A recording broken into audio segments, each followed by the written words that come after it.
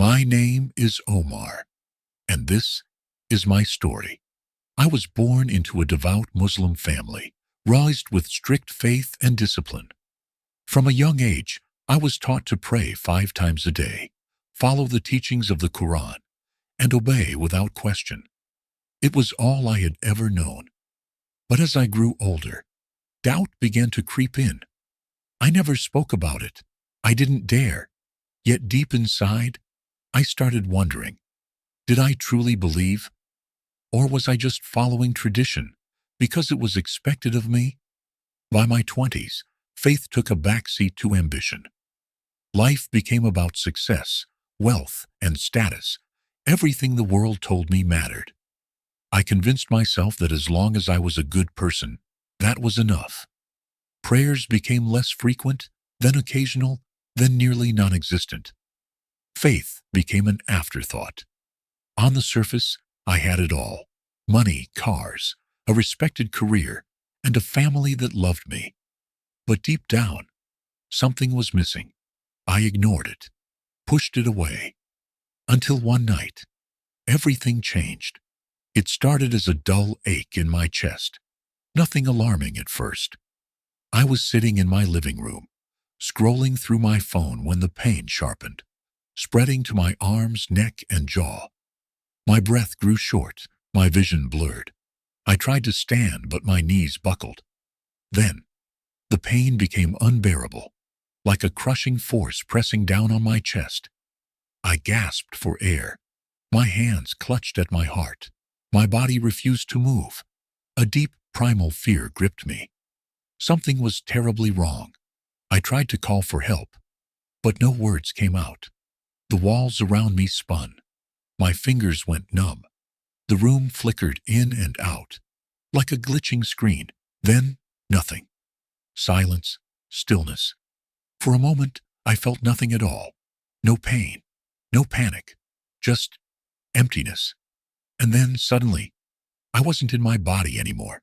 I was above it, floating, watching. I saw myself lying motionless on the floor, my eyes half open, lips slightly parted. My wife burst into the room, screaming my name. My children ran in behind her, their faces twisted in terror. She dropped to her knees, shaking me, begging me to wake up. But I didn't move. I couldn't. I watched as she fumbled for her phone, hands trembling so violently, she almost dropped it. My son kept repeating, "Baba, wake up. Baba, please," over and over again. Then footsteps. Paramedics rushed in. They worked frantically, pushing my wife and children aside, checking for a pulse, starting CPR. But I felt nothing. No pain, no warmth, no connection to the life I had once known. I was still me, still aware, still thinking, but I was no longer part of the world. And then it hit me. I was dead. A surge of panic shot through me. This wasn't a dream. This wasn't my imagination. I tried to speak, to call out, but my voice made no sound. I tried to move, but I had no body to move. No hands, no feet, just awareness. The paramedics used a defibrillator. A loud shock jolted my lifeless body. My chest lifted from the floor. But I felt nothing. I wasn't there anymore. I was somewhere else. And I was about to find out exactly what that meant. Because death was not the end. It was only the beginning. The moment I realized I was dead, an eerie stillness surrounded me. The world I had known, the home I had built, the people I loved, it all began to fade, slipping away like sand through my fingers. I wanted to hold on, to fight my way back. But something stronger than me had already taken control. I expected darkness, a void, the kind of nothingness many imagine when life ends. But this was not darkness. It wasn't light either. It was emptiness itself. No ground beneath me. No sky above. No time. No walls. No barriers. Just an endless stretching nothingness beyond what my mind could comprehend. It wasn't black. It wasn't white. It was simply void. And then the whispers began. Faint at first, like a distant wind stirring through the emptiness, then louder, closer, circling me, surrounding me, pressing into my mind. I couldn't understand the words, but I felt them. A mix of anger, mockery, and something worse, recognition. They knew me. And that's when the fear truly began, dragged into darkness and pulled back by light. I had never experienced anything like this before, not even in my worst nightmares. This wasn't just fear of the unknown. It was something far worse. A certainty, though, a deep, gut-wrenching realization that something terrible was waiting for me. I tried to move, to resist, to fight back against whatever force had taken hold of me. But I couldn't, if I even had a body anymore. It refused to respond. The voices grew louder. At first they were whispers, then hissing, then laughter. Low, guttural, inhuman. They weren't coming from one place. They were everywhere, circling unseen through the void, watching, waiting. And then I felt it. Something was pulling me down. It started slowly, like invisible hands gripping my ankles, tugging me into the depths. But the deeper I sank, the more I could feel it. A presence I couldn't see. Something ancient, something hungry. I fought, struggled, tried everything to break free. But the force dragging me downward only grew stronger. It wasn't just pulling me physically, it was tearing me away from everything good, everything light, everything I had ever known. The air around me, or whatever this was, grew thick, heavy, suffocating. The whispers turned to screams. Agonized, tortured wails clawed at my mind. I wanted to cover my ears, to shut it out.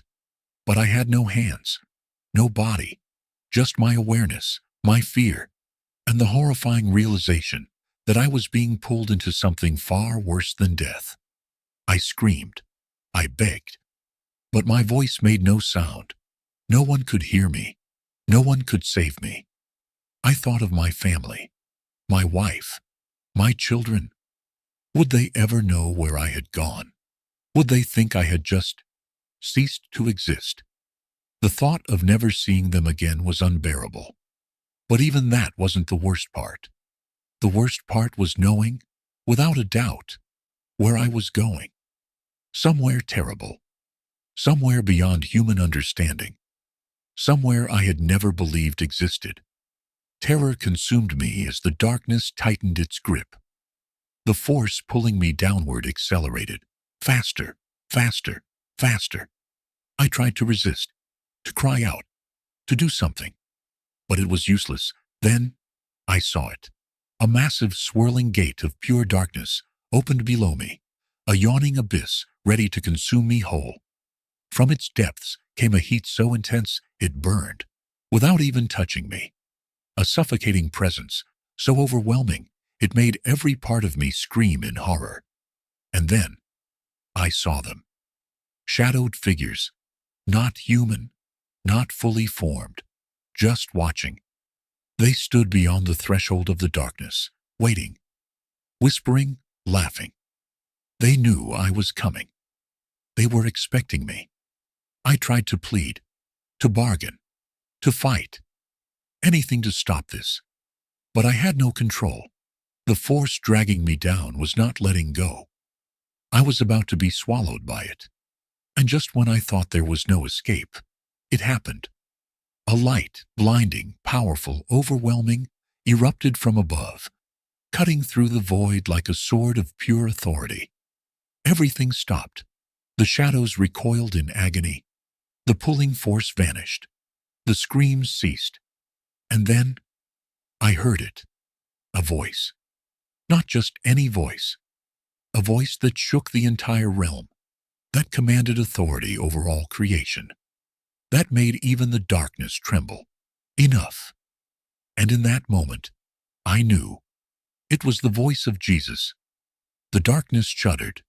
The entire void quaked, as if reality itself had been torn open by a power far greater than anything I had ever known. His voice wasn't just a sound. It was authority itself, the kind of authority that cannot be challenged, cannot be resisted, cannot be questioned. And in that moment, everything stopped. The force dragging me downward vanished. The shadows scattered. The abyss below me faded. The terrible consuming void that had been pulling me toward destruction was now retreating, recoiling like a wounded animal. Then, from the center of the blinding light, a figure began to take form. At first, just a silhouette. But I knew who it was, face to face with the one I denied. In the midst of that overwhelming radiance, I realized something incredible. The light didn't just shine on him, it shone from him. And though I had never seen him before, though I had spent my entire life denying him, debating against him, rejecting even the thought of him, I knew who he was. Jesus. Something inside me froze. My thoughts, my fear, my doubts, my pride. Everything that had defined me crumbled in his presence. I had spent my whole life believing that Jesus was just a prophet, a good teacher perhaps, even a messenger of God. But nothing more. I had dismissed Christians, debated them, scoffed at the idea that he was anything greater than what I had been taught. But now, standing before him, I could no longer deny the truth. He was real, and he was so much more than I had ever imagined. The sheer power radiating from him was beyond comprehension. He wasn't like any man I had ever seen. His very presence carried an authority that made the darkness flee in terror. And yet, at the same time, there was peace. A peace so deep, so overwhelming, it filled me completely, silencing the chaos inside me. I wanted to speak, to cry out, to say something, but I couldn't, because at that moment, Jesus looked at me, and his eyes, they didn't just see me, they saw through me, through every lie I had ever told, through every moment of arrogance, through every sin I had tried to justify, through every time I had heard about him, but rejected him.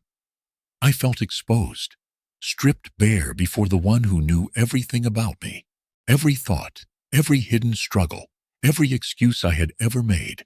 And yet, there was no hatred in his eyes, no anger, no rage, no desire for revenge, only truth, and something else, sorrow.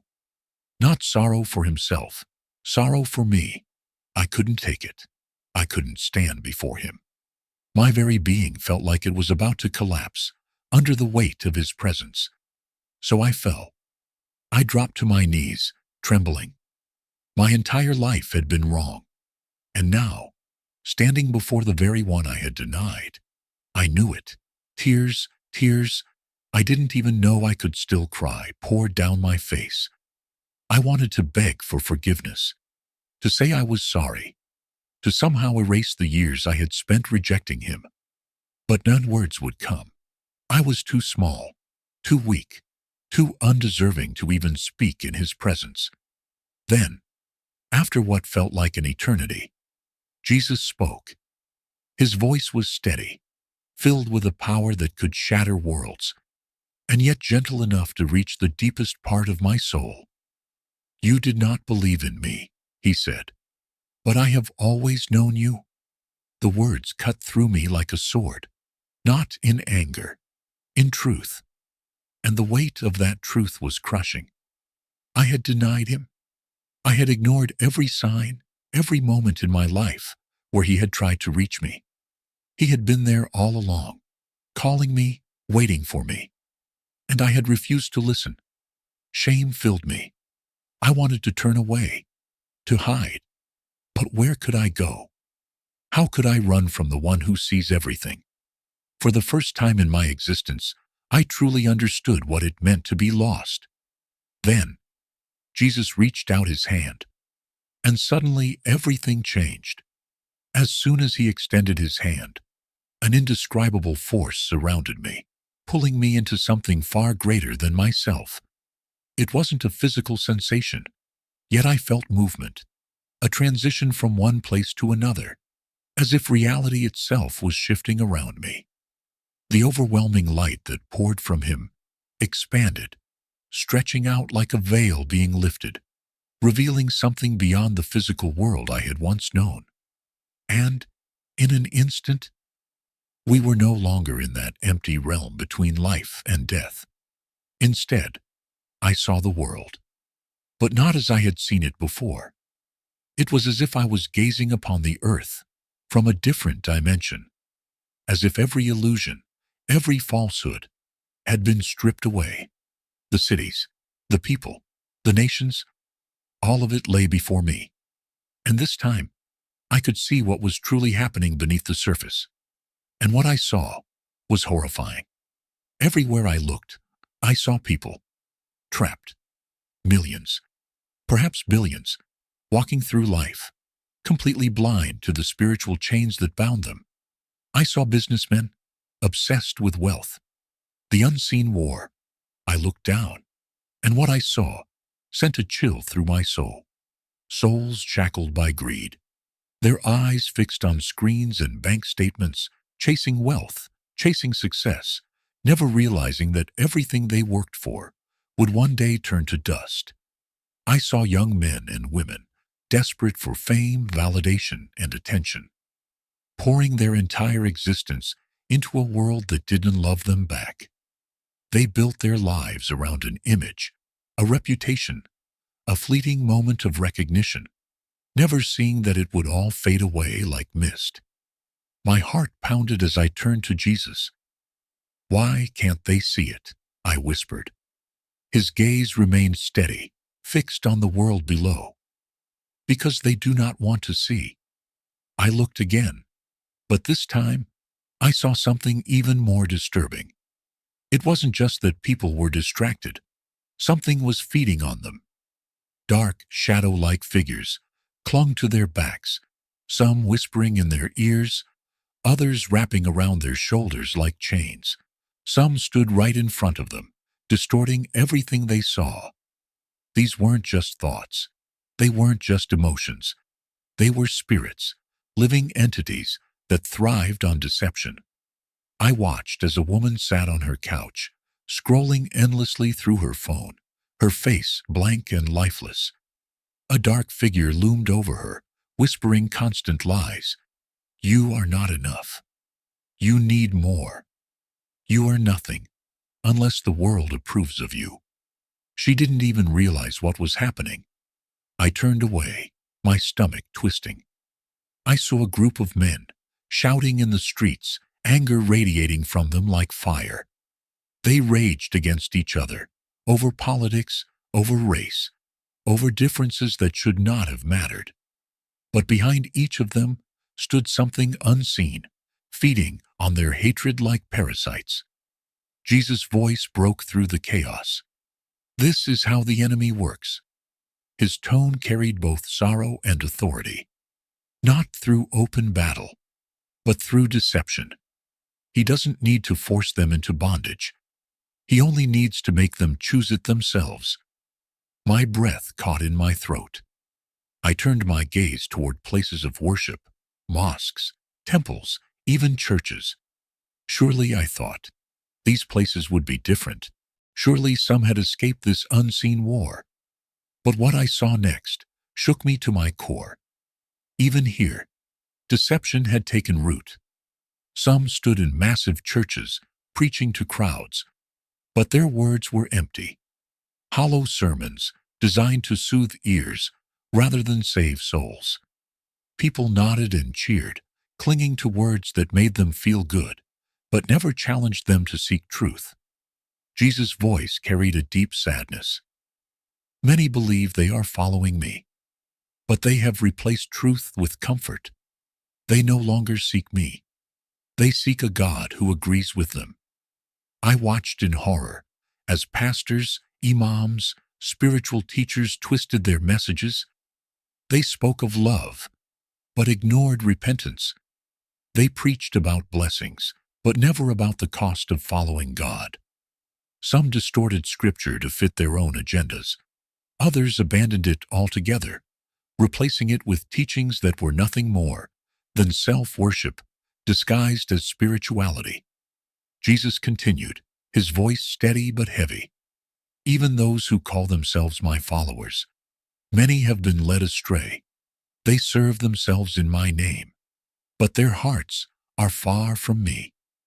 I shook my head, unable to process what I was seeing. This war, this spiritual battle, it was happening everywhere. And yet, no one saw it. The entire world was sleepwalking into destruction, too distracted, too comfortable, too blind to realize they were being led away from the only one who could save them. Tears welled in my eyes. Is there no hope? I asked, my voice breaking. At that moment, Jesus turned to me, and for the first time since we had arrived here, I saw fire in his eyes, not just power, not just authority, urgency, a deep, sorrowful urgency that made my soul tremble. And then he spoke. It is not too late, but time is running out. His words shook me to my core. And then he showed me what was coming next. And what I saw left me utterly shaken. The vision of what's to come. In an instant, the vision before me shifted. What I had seen before, the deception, the spiritual blindness, the distractions, was nothing compared to what was about to unfold. It was as if time itself had accelerated, and now I was witnessing events that hadn't yet happened. I saw the earth convulsing. Massive earthquakes ripped through entire cities, splitting open roads, toppling skyscrapers as if they were made of paper. Volcanoes erupted, spewing fire and darkness over the land. Tsunamis crashed against coastlines, swallowing entire towns in seconds.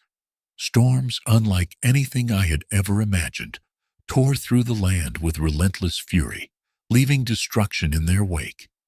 And yet, this wasn't the worst of it. I turned, and suddenly, I was in the middle of a war zone. Cities were burning, thick smoke filled the air. People ran in terror, their faces twisted with confusion, panic, hopelessness. I saw troops marching through the streets, heavily armed, rounding up civilians, forcing them into lines, into camps. Their faces were void of mercy. Governments had taken control. There was no choice but to comply, or face the consequences. Fear was everywhere. I saw world leaders standing before massive crowds, their voices booming through speakers, making promises of peace and security. But their eyes, cold, lifeless, they spoke of a new way forward, a better world. But their words dripped with deception. They weren't offering salvation. They were offering control. And the people, they believed them. I watched in horror as millions willingly traded their freedom, their faith, their very souls, for the illusion of safety. Desperate to survive, they surrendered without a fight. Then, I saw something even worse. I saw churches emptying, people who once called themselves believers, walking away, not because they had stopped believing in God, but because it was no longer convenient to follow him. A great falling away was happening. I saw pastors renouncing their faith, claiming Christianity was outdated, that it needed to change with the times. Entire congregations were compromising, twisting scripture, watering down the truth to make it more comfortable, more in line with the world. Many who had once been strong in their faith now denied Jesus completely. And for what? For security, for comfort, for fear of standing alone. The world had changed. The darkness had grown bolder. And those who refused to follow the system were now seen as the enemy. I turned to Jesus, my heart pounding. Why? I asked. Why are they abandoning you? His face was filled with sorrow. Because they never truly knew me, he said. They followed me when it was easy. But when the world turned against them, they chose it instead of me. Tears filled my eyes. "Is there no hope?" I whispered. Jesus held my gaze, and though his voice was firm, there was hope in his words. "It is not too late. There is still a way to be saved." He lifted his hand, and suddenly the chaos disappeared. The war zones, the destruction, the deception, the empty churches, the desperate faces of those who had abandoned their faith.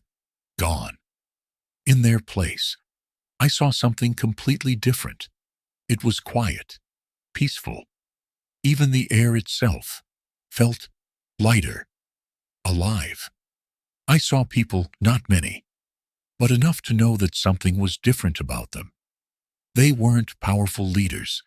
They weren't the wealthy or influential. They were ordinary men and women. But in their eyes, something unmistakable. Faith. True, unshakable faith. I watched as they knelt in prayer, their hands lifted, not in routine, not for show, but because they needed him. They weren't praying for wealth. They weren't praying for success. They weren't praying for comfort. They were praying for truth, for strength, for Jesus. Jesus gestured toward them. "This," he said, "out is the remnant." I looked at him, confused. "But there are so few." He nodded. "Many call on my name with their mouths, but their hearts are far from me. They follow when it is easy, when it benefits them.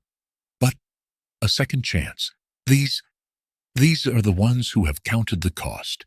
They are the ones who will stand." I looked at the small group again, and something inside me stirred.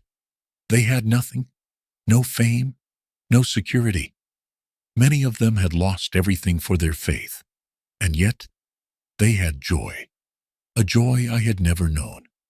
I thought of my own life, the years spent chasing money, chasing success, chasing everything, except the truth. I had convinced myself that being a good person was enough, that simply believing in a higher power was enough. But standing here now, seeing those who truly followed Jesus, I realized something that shattered me completely. I had never truly known him. I had spent my life believing I was in control. I had assumed that as long as I worked hard, provided for my family, and avoided bad things, I was safe. But I had been blind. Wealth wouldn't save me. Power wouldn't save me. Not even religion itself would save me. Only Jesus. Tears filled my eyes, and for the first time in my existence, I felt completely unworthy. I turned to him, my voice shaking. "Jesus, please, I was wrong. I spent my life running from you, denying you. I didn't know. I didn't understand." His gaze pierced through me. "But now you do." I fell to my knees, desperation clawing at my soul. "Please, give me another chance." For what felt like an eternity, he looked at me. Then he spoke the words that would change everything. "You will return, but you must tell them." A violent gasp tore through my lungs. My body lurched forward. Air flooded into me like a crashing wave. A sharp pain pulsed through my chest. My eyes shot open, the blinding hospital lights searing into them. Beeping machines, hurried voices, the shuffle of feet. I was alive.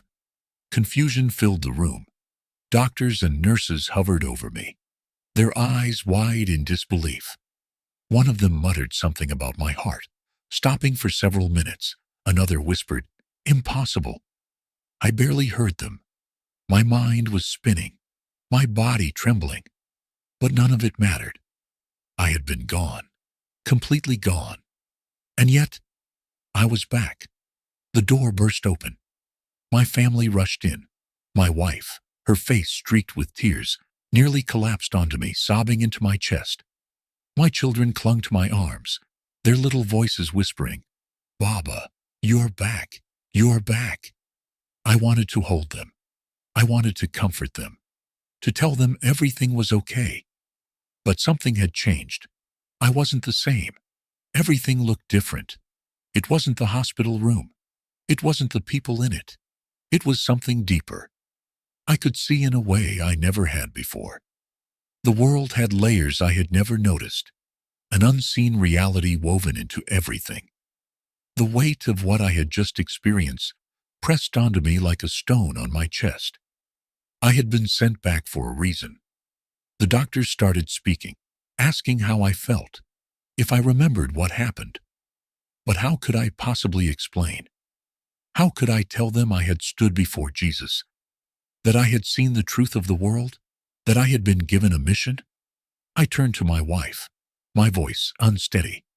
I need to tell you something.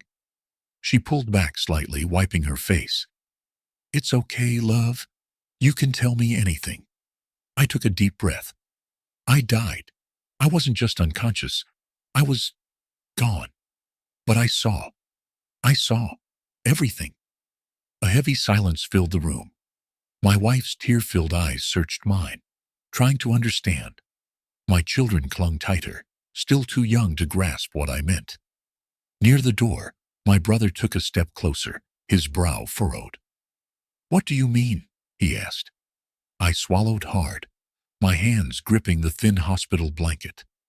I met his eyes and spoke the words that shattered the air like glass. I met Jesus. The room froze. My wife's face twisted in confusion. My brother's mouth opened slightly, then closed, as if trying to process what I had just said. Even the doctor, who had been checking my vitals, paused for a moment before resuming his work. My wife let out a nervous laugh, shaking her head. You were unconscious. You must have had a dream. I shook my head. It wasn't a dream. My voice was firmer now, because I could still feel his presence. I could still hear his words echoing in my mind. It was real, more real than anything I've ever known. My brother scoffed, crossing his arms. Omar, you're a wake-up call. You're talking nonsense. My brother scoffed, arms crossed. You had a near-death experience, that's all. You're confused.